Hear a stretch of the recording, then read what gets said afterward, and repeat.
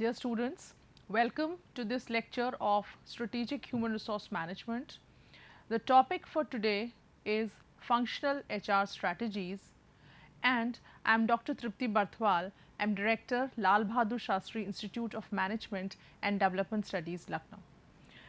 So, functional HR strategies focus on the implementation of specific functions of HR, which include policies on recruitment and selection, disciplinary policies, reward policies, training and development policies, and employee relations, etc.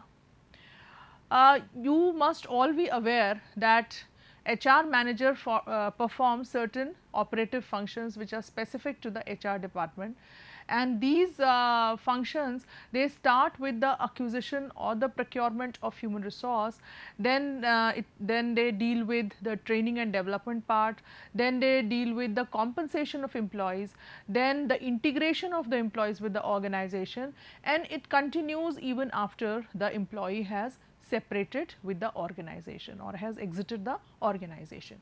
So, when we talk of these functions in terms of strategic HRM, then the focus is that how these functions of an HR manager or the HR department can contribute to the achievement of the organizational strategies, how they can be kind of interwoven with the strategies of the organization. So, the functions would remain the same, the only thing is that the approach or the orientation of performing these functions would be a little different. So, as you can see that the functions which we have mentioned are those very functions which are performed by the HR manager.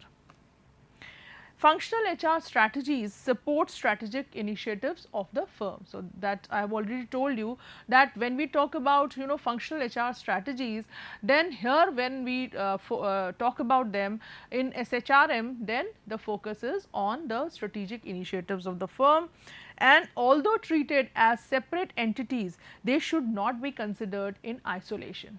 So, though these HR strategies are specific strategies related to the HR department, but they cannot be considered in isolation because they have to be seen along with the bigger picture, the holistic view of the organization, wherein each and every function, each and every department is trying to contribute to the strategy of the organization.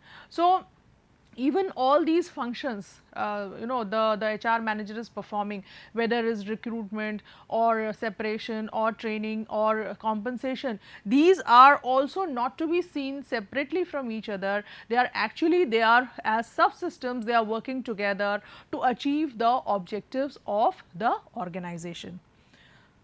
So, first we talk about the resourcing strategy. The aim of resourcing strategy is to ensure that a firm achieves competitive advantage by employing more capable people than its rival. So, there is a little mistake here, this is a and then there is no double F, it is a firm achieves competitive advantage by employing more capable people than its rival. So, every organization will try to attract the best possible human resource to the organization, and it would like to retain them, it would like that the best people, the best potential candidates apply to it, and then it has a large pool to select from. So, that is basically the focus of the resourcing function, that you get the best human resource, so that when you get the best human resource in comparison to your competitors, then automatically lot of competitive advantages generated. Now, the components of the employee resourcing strategy are human resource planning, resourcing plans, retention strategy, flexibility strategy.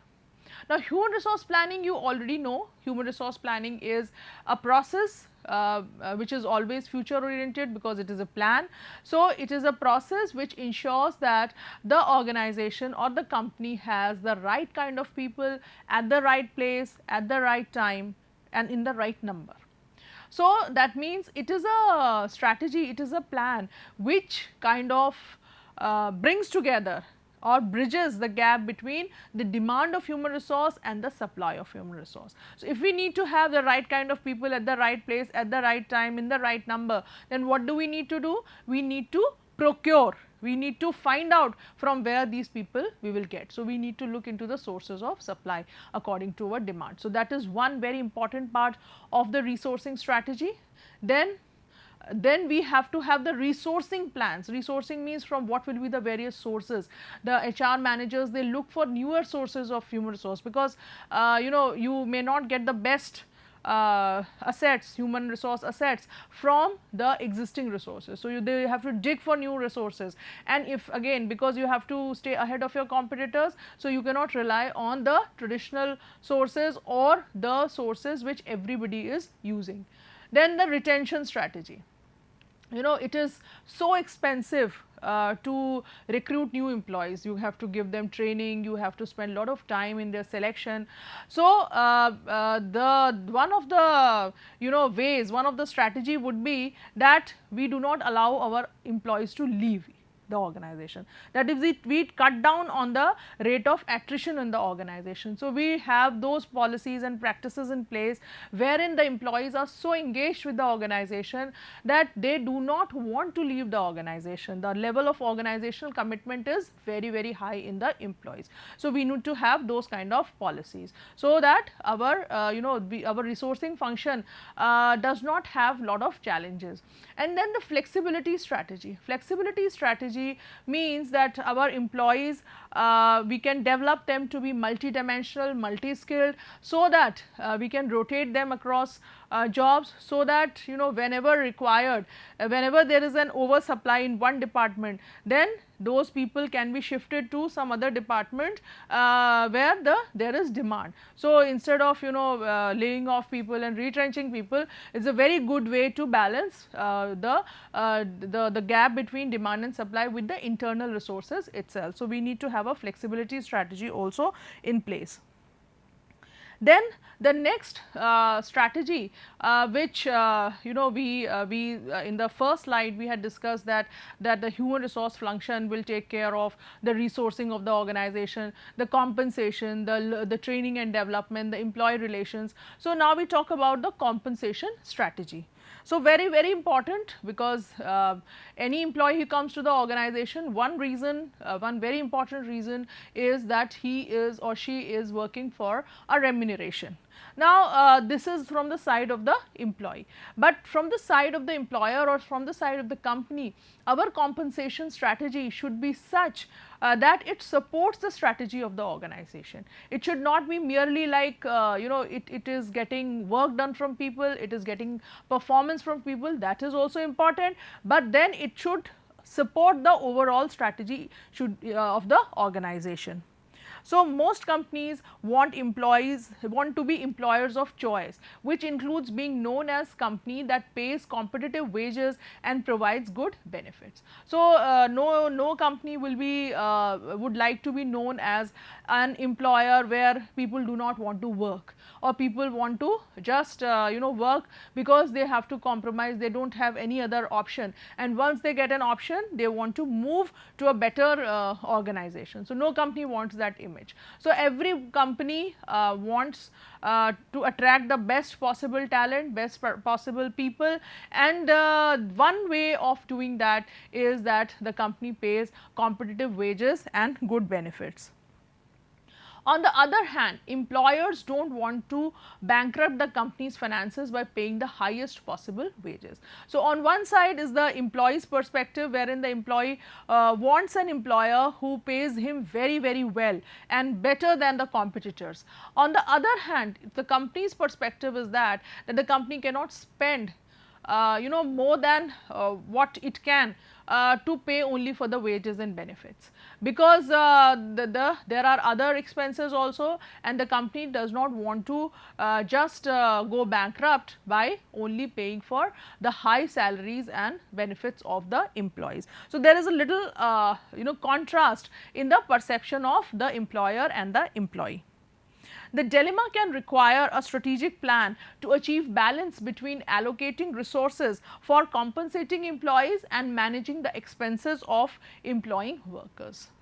So, you know what is required now, because as I said that there is a little imbalance in both the approaches, right. They do not kind of move in the same direction, because employer is wanting as low salaries as possible according to his paying capacity, and the employees are wanting as high salaries as possible depending on what competitors, or better than what competitors are able to pay. So, there is a little mismatch there. So, what do we require here? We require a strategic plan which helps us to achieve balance between allocating resources for compensating employees and managing the expenses of employing workers. So, somehow it requires a balance between the employer's expectations, or what is the employer ready to pay or his ability to pay, and what is the expectation of the employees. So, in this point of mismatch, Walmart is a very good example.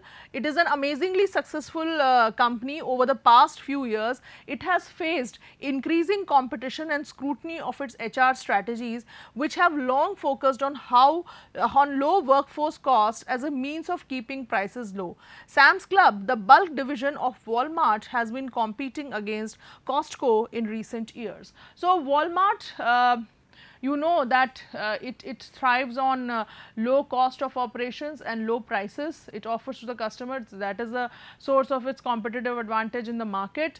So, Walmart has shown to us that if you scrutinize its HR strategies, so you will see that because it is a low cost, it operates on a low cost model, it has been able to do so in its workforce cost also. So, this is how you know, you can see that if the company has a strategic objective of operating on low cost overall, then even the HR strategy can support this initiative of the company by devising its own policies, its own functional plans in such a way that it supports the company's strategic initiative.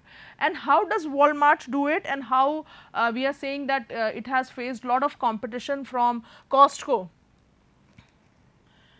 In a thorough comparison of HR strategies and business results of these companies, Costco was shown to invest more in sales associated through pay and healthcare benefits, and to work with unions rather than actively fighting against unions as Walmart does. So, Walmart has this functional HR strategy related to compensation to keep the cost low. So, it always has this tussle with the union, because the union is always wanting better salary for the employees, and Walmart is always trying to save more and more on the salary bill. In comparison to that, if you look at Costco, which is another retailer, it has been seen to spend more on its sales associate through pay and healthcare benefits, and it also has a very kind of a collaborative relationship with the union.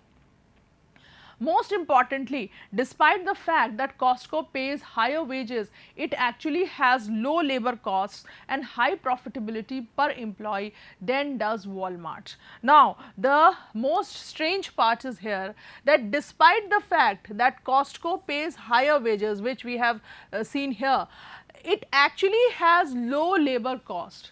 Its per labor cost, per employee cost is less and higher profitability, and on the other hand labor cost is low and the profitability which every company looks for is high per employee than does Walmart. Now, how does it achieve that?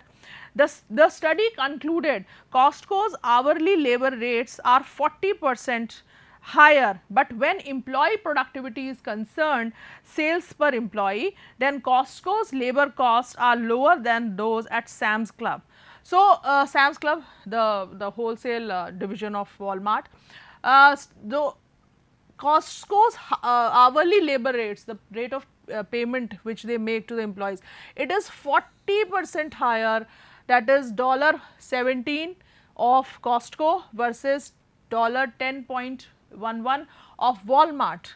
So, cost per labor cost is higher, but when you look at employee productivity is concerned, that is how much sales each employee is making, then Costco's labor cost are lower. If you compare these two, if you take a ratio of these two, that is the cost and the sales per employee, then you will find Costco's labor costs are lower than those at the Sam's Club.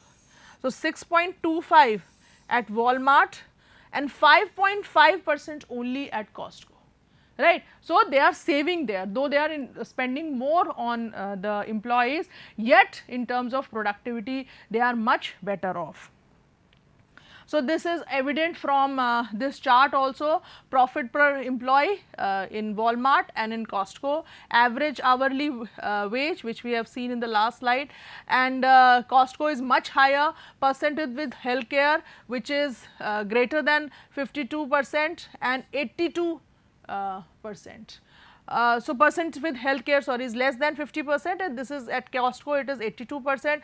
Percentage of healthcare premiums paid 33%, 8%, because here they are spending less. So, on healthcare premiums they have to spend more on the employees, that is why. And turnover, it is as high as 44% in Walmart, whereas in Costco it is only 17%. Turnover cost per employee, in Walmart it is very high, 5,274, whereas in Costco it is 3,628. So, comparison shows that despite spending less on an on a superficial level on the employees, actually Walmart is incurring more cost. So, the company has to decide that how it will devise its compensation strategy so that it can achieve the best possible results regarding its overall strategy. Then next is employee relation strategy. Many organizations recognize the importance of strengthening the employee-employer relationship. Therefore, this becomes a strategic initiative, because if things are not going well, things are not peaceful and harmonious in the organization, no organization can achieve its strategy. Functional activities to support this strategy include developing a process for reporting, investigating and resolving employees' complaints. So, it is very important if employees have a grievance, then the company kind of pays attention to it. There should be a system of reporting those problems, then investigation, a thorough investigation process should be there, and then some solution should be given to the employee regarding their problems or complaints. Tasks also include researching the correct application of labor and employment laws to specific workplace issues. So, as an HR manager, one should also be aware and one should keep on researching where and how which law will be applicable into which work situation. Then maintenance of records on workplace, investigations and interacting with legal counsel, and on serious matters that rise to the level of potential litigation. So, if any matter is being taken to the court, it is being dragged to the court, then you require a person who has a legal expertise and have to consult. But beyond that, smaller issues, minor issues have to be handled by the HR manager.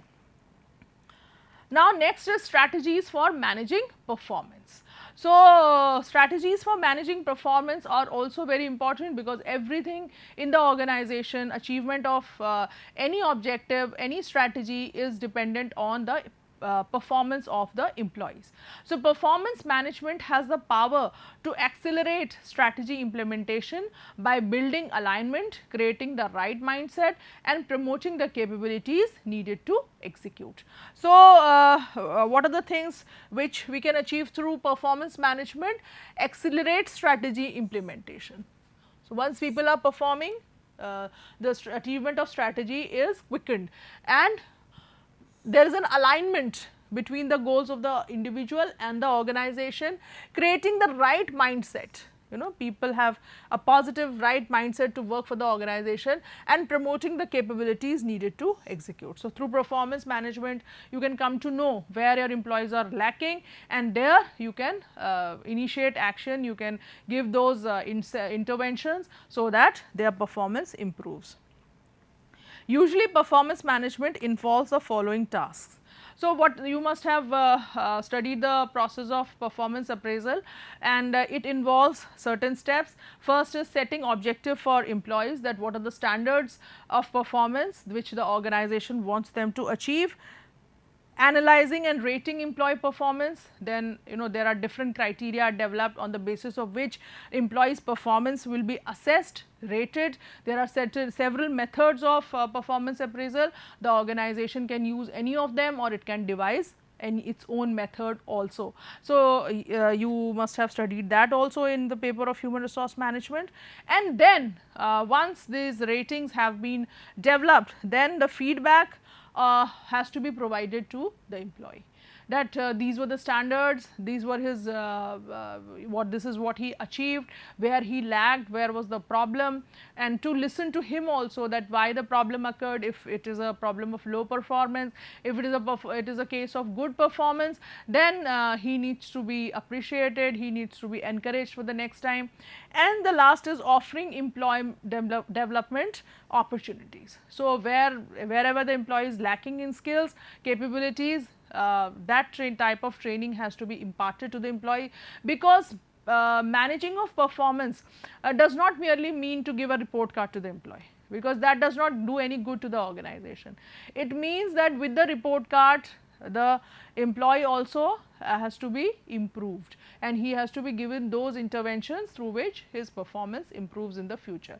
And in case employees who are performing well also, we need to know in future what will be their possible assignments, or where they want more enhancement in their skills. So, we can devise training programs for them in that way also. So, performance management does not only cater to the employees who are not performing well, but it also caters to employees who are performing well.